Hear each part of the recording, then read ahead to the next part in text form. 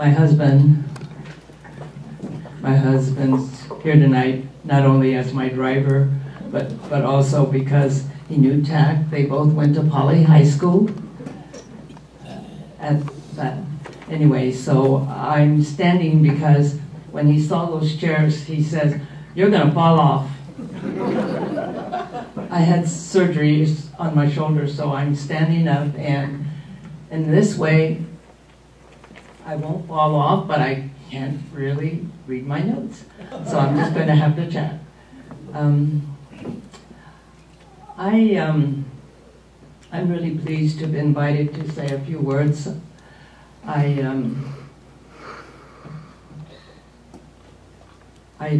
really have some very mixed feelings about my relationship with Tak.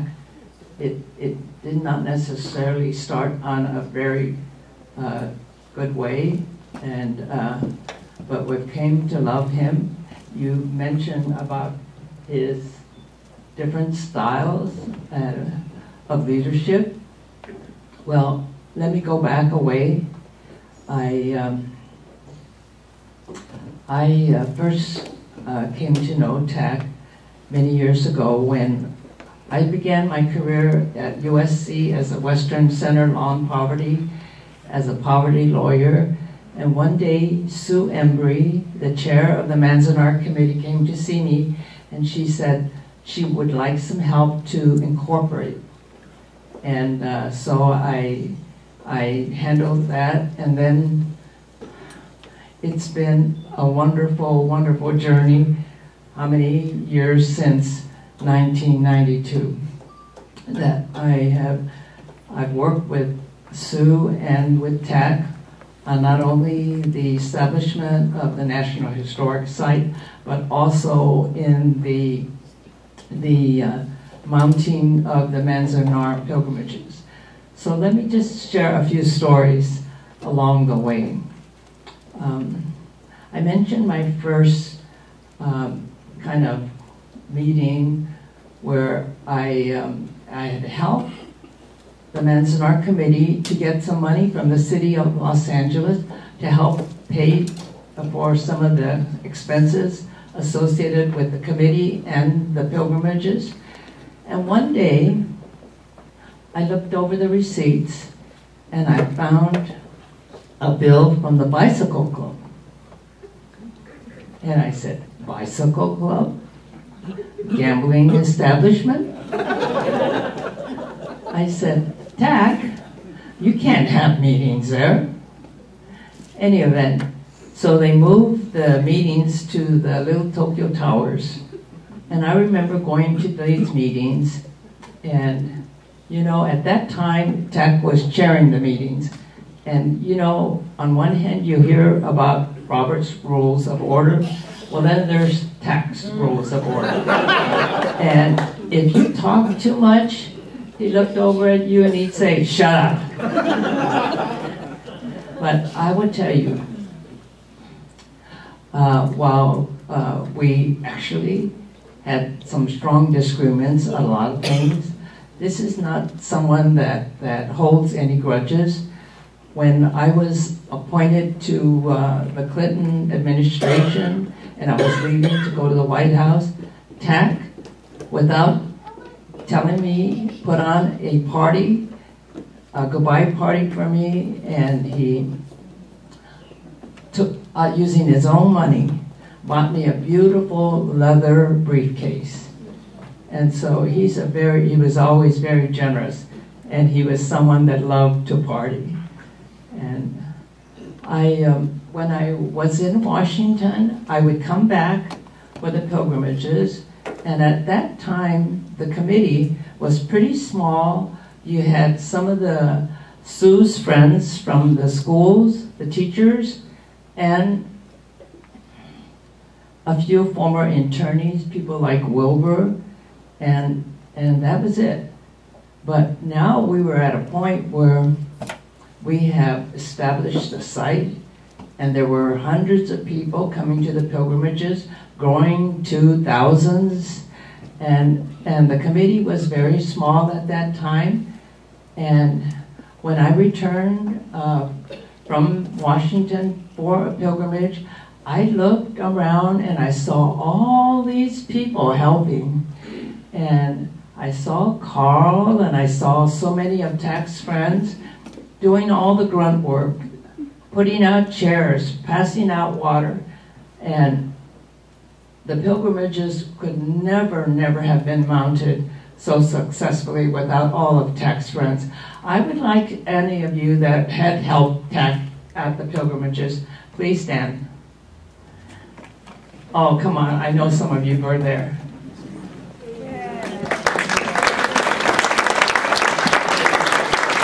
Many of them, people like Fred and Jonathan stayed on and are really strong members of the organization. But I would say that Sue just really relied on Tak. Tak was her main man, and he was devoted to Sue and provided a lot of comfort, and you know, because her wonderful family was in Chicago, and at some point then Bruce and his family, his wonderful children, would come to the pilgrimages, and then the Embry and the Kunitomi family and others, relatives, all joined in and began helping. And we're now having pilgrimages with thousands of people. And it was just a remarkable kind of undertaking. I see some of the folks here. And those of you that have done that over the years, I think you should be recognized. Joyce, come on, stand up. Yes, all of you.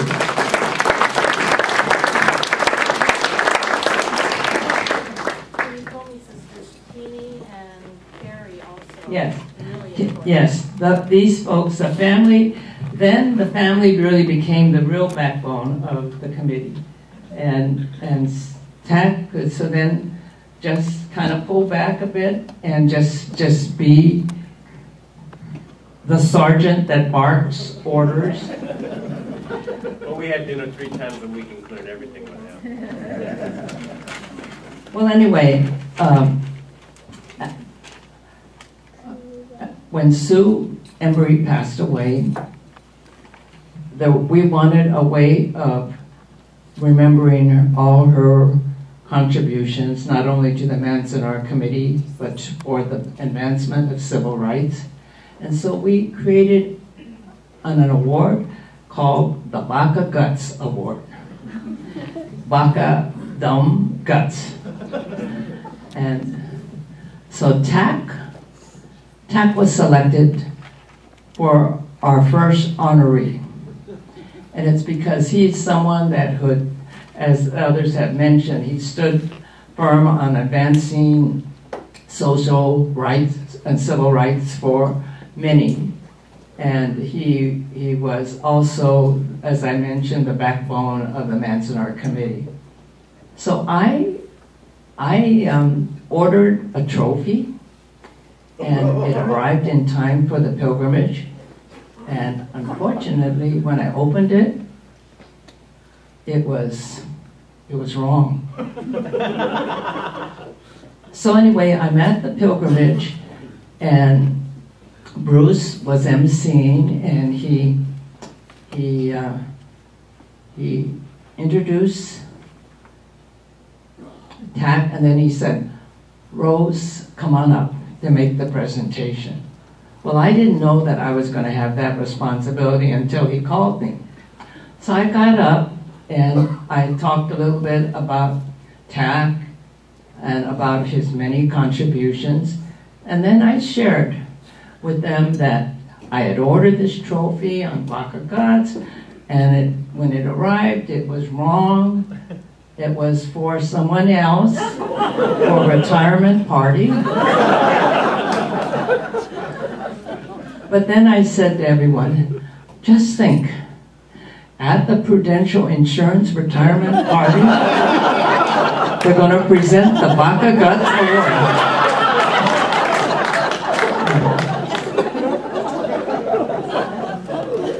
anyway, I have to say, at some point later on that Tak,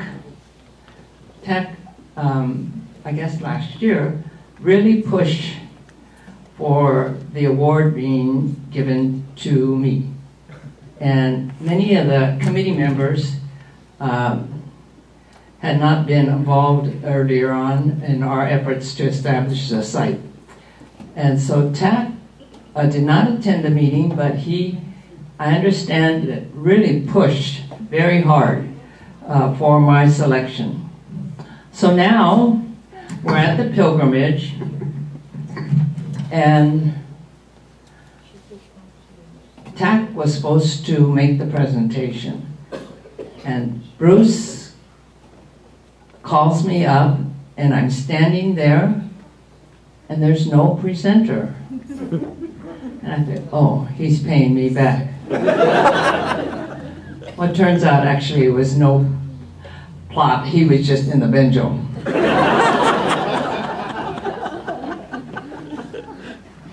Well, maybe it's...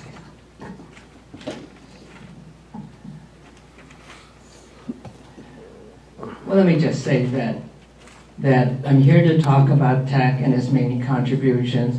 And one of the things that I think that he and Sue did beyond what we have already indicated is that he inspired a lot of young people. I see some young people here that are involved in community, in advocacy. Myself, I was a young lawyer when I met Sue, and while I was in poverty law, I spent a lot of time trying to support civil rights, and I've learned from people like Sue and like Tak, who's willing to do all that it takes to advance not only the civil rights of all, but also about ensuring that the World War II